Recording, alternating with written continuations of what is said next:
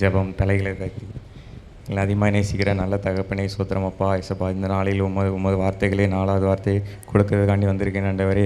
என்னை மறைத்து நீர் வெளிப்படும்படியாக ஜெபிக்கிறோம் இயேசுவின் பிதாவே, ஆமென். யார் உட்காருவோம்.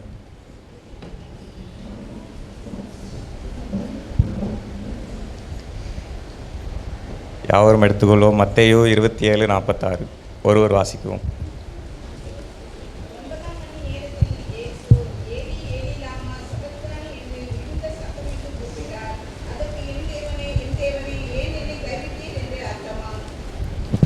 என் தேவனே என் தேவனே ஏன் என்னை கைவிட்டேன்னு சொல்லி இதை பற்றி நம்ம பார்க்க போகிறோம். ஏலி ஏலி லாமா சப்தானி அப்படின்னா என்னன்னு தெரியுமா? அந்த வார்த்தை எந்த மொழியில் பெயர்க்கப்பட்டதுன்னா எபிரேய வார்த்தையில் பெயர்க்கப்பட்டது.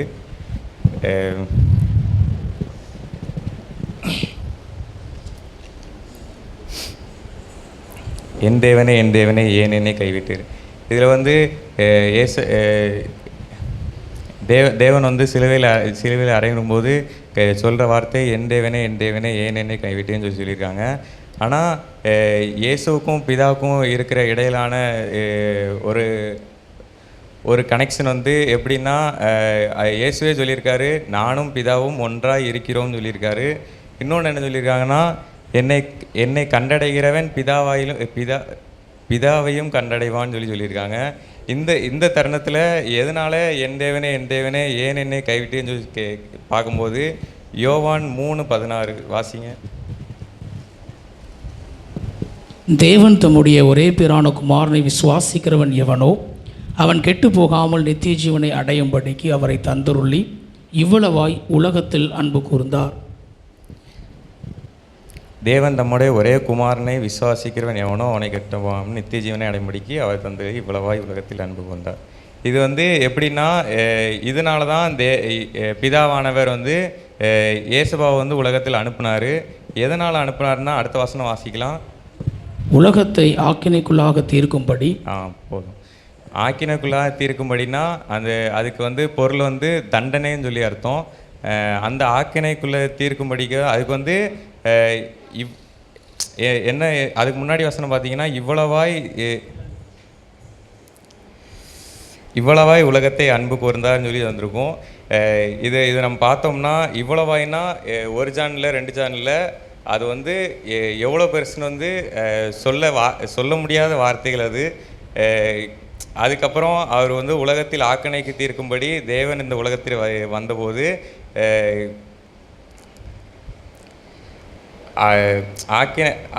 17 வாசிக்கலாம். யோவான் 3:17. உலகத்தை ஆக்கினைக்குள்ளாக தீர்க்கும்படி தேவன் தம்முடைய குமாரனை உலகத்தில் அனுப்பாமல் அவராலே உலகம் ரட்சிக்கப்படுவதற்காகவே அவரை அனுப்பினார்.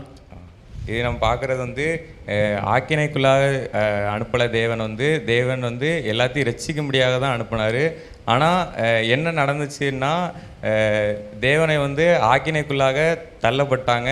இதனால தான் தேவன் இயேசு சொல்லியிருக்காரு, என் தேவனே ஏன் என்னை கைவிட்டேன்னு சொல்லியிருக்காங்க. இது எதனால் அப்படி கைவிடப்பட்டாங்க அப்படின்னு சொல்லி பார்த்தோம்னா நம்முடைய பாவங்கள் தான். நம்முடைய பாவங்களுக்காண்டி தான் எல்லா பாவங்களையும் சேர்த்து சிலுவையில் இயேசு அறைண்டான்னு சொல்லியிருக்காங்க. பார்த்தோம்னா இப்போ தேவனுடைய அன்பின் வெளிப்பாடு எப்படின்லாம் இருக்குன்னு சொல்லி பார்க்கணும்னா ரோமர் 8:38-39 வாசிங்க. ரோமர் 8:38-39. மரணமானாலும் ஜீவனானாலும் தேவதூதர்களானாலும் அதிகாரங்களானாலும் வல்லமைகளானாலும் நிகழ்காரியங்களானாலும் வருங்காரியங்களானாலும் உயர்வானாலும் தாழ்வானாலும் வேறெந்த சிருஷ்டியானாலும் நம்முடைய கர்த்தராகிய கிறிஸ்து இயேசுவில் உள்ள தேவனுடைய அன்பை விட்டு நம்மை பிரிக்க மாட்டாதென்று நிச்சயித்திருக்கிறேன். இந்த வசனம் பாசிட்டிவாக இருக்கா இல்லை நெகட்டிவாக இருக்கா? இந்த ரோமர் 8:38-39 பாசிட்டிவாக இருக்கா நெகட்டிவாக இருக்கா? பாசிட்டிவாக இருக்குது. சரி, இப்போ நெகட்டிவ் பார்த்துருமா? அதுக்கு மேலே உள்ள 36வது வசனம் வாசிங்க. கிறிஸ்துவின் அன்பை விட்டு நம்மை பிரிப்பவன் யார்? உபத்திரவமோ, வியாகுலமோ, துன்பமோ, பசியோ, நிர்வாணமோ, நாசமோசமோ, பட்டயமோ, இவை எல்லாவற்றிலையும் நாம் நம்மில் அன்பு கூறுகிறவராலே முற்றும் ஜெயம் கொள்ளுகிறவர்களாய் இருக்கிறோமே. இப்போ இதிலே பார்த்துக்கிட்டிங்கன்னா பாசிட்டிவ் இருக்குது, நெகட்டிவ் இருக்குது.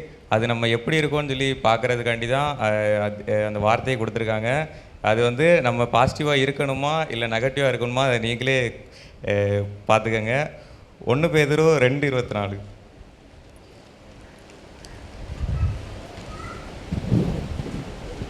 நாம் பாவங்களுக்கு செத்து நீதிக்கு பிழைத்திருக்கும்படிக்கு அவர் தாமே தமது சரீரத்திலே நம்முடைய பாவங்களை சிலுவையின் மேல் சுமந்தார், அவருடைய தழும்புகளால் குணமானீர்கள். 2வது பார்த்துக்கிட்டிங்கன்னா அவரோட தழும்புனால குணமானீர்கள்னு சொல்லியிருந்தாங்க. இதுவும் நம்மளோட பாவங்களை தேவன் சுமந்தார். யோவான் 1:29.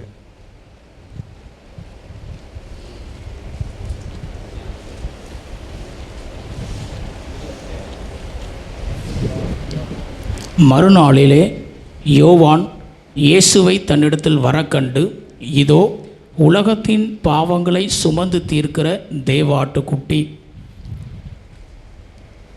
இதுவும் அதே மாதிரி தான், உலகத்தின் பாவங்களை சுமந்து இருக்கிற தேவாட்டுக்குட்டி. நம்மளுடைய பாவங்களை வந்து தேவன் வந்து எவ்வளோ அதிகமாய் நம்மளை பாவங்களை அவர் வந்து அவர் சுமந்து சிலுவையில் சுமந்து அறையப்பட்டிருப்பான்னு சொல்லி நீங்களே பார்த்துக்கிட்டீங்க. இதுக்கப்புறமும் நம்ம பாவம் செய்யணுமா வேண்டாமான்னு சொல்லி உங்கள் கையில் தான் இருக்குது. தேவன் மூலியமா நம்ம கற்றுக்கிட வேண்டியது என்னதுன்னா, தேவன் வந்து எவ்வளோ பாவங்கள் செஞ்சாலும் தேவனு முன்பாக நம்ம போய் பணியும் போது தாழ்மைப்படும் போது தேவன் வந்து நம்ம உயர்த்த தான் செய்தார். ஆனாலும் நம்ம அசால்ட்டாக இருந்துடக்கூடாது. சரி, ஏசு தானே, எப்போனாலும் போய் பார்த்துக்கலாம், எப்போனாலும் இருந்துக்கலாம் அப்படின்னு சொல்லி நம்மளும் அசால்ட்டாக இருந்துடக்கூடாது. எப்போவுமே தேவனை பற்றி நினைத்து கொண்டே இருக்க வேண்டும். நம்ம பாவங்களை வந்து எப்படியும் பாவங்கள் வந்து செய்யாமல் இருக்க மாட்டோம். ஆனாலும் தேவனுக்கேற்ற ஒரு அது எப்படி சொல்ல, தேவனுக்கேற்ற ஒரு பரிசுத்தமாய் வாழ நீங்கள் கற்றுக்கங்க.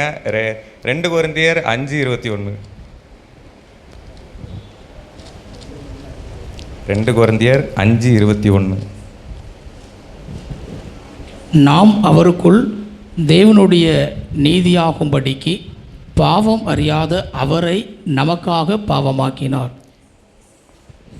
பாவம் அறியாத நமக்காக பாவமாக்கினார். இந்த வசனமும் தேவன் வந்து சொல்கிறாரு, நமக்காக பாவமாக்கினார் அப்படின்னு சொல்கிறாங்க.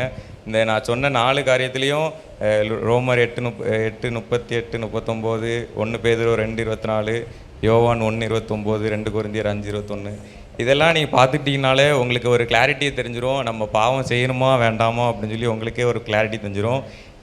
லாஸ்ட்டாக யோசுவா 1:5 வாசிக்கும்.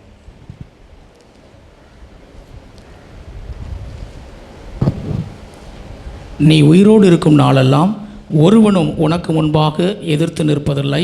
நான் மோசையோடு இருந்தது போல உன்னோடும் இருப்பேன். நான் உன்னை விட்டு விலகுவதும் இல்லை, உன்னை கைவிடுவதும் இல்லை. நான் முன்னாடியே சொன்னது தான், ஏசுப்பா வந்து நம்ம எவ்வளோ தான் பாவங்கள் செய்தாலும் ஏசுப்பா வந்து உடனே மன்னிக்கிற தேவனாக இருக்கிறார். அதனால தான் யோசுவா 1:5 சொல்லியிருக்காரு, நான் உன்னை விட்டு விலகுவதும் இல்லை, உன்னை கைவிடுவதும் இல்லைன்னு சொல்லியிருக்காங்க. ஆதியாகமம் 28:15 நான் உனக்கு சொன்னதை செய்யும் அளவும் உன்னை கைவிட மாட்டேன்னு சொல்லியிருக்காங்க. இந்த செய்தியை தேவன் தாமே ஆசீர்வதிப்பாராக.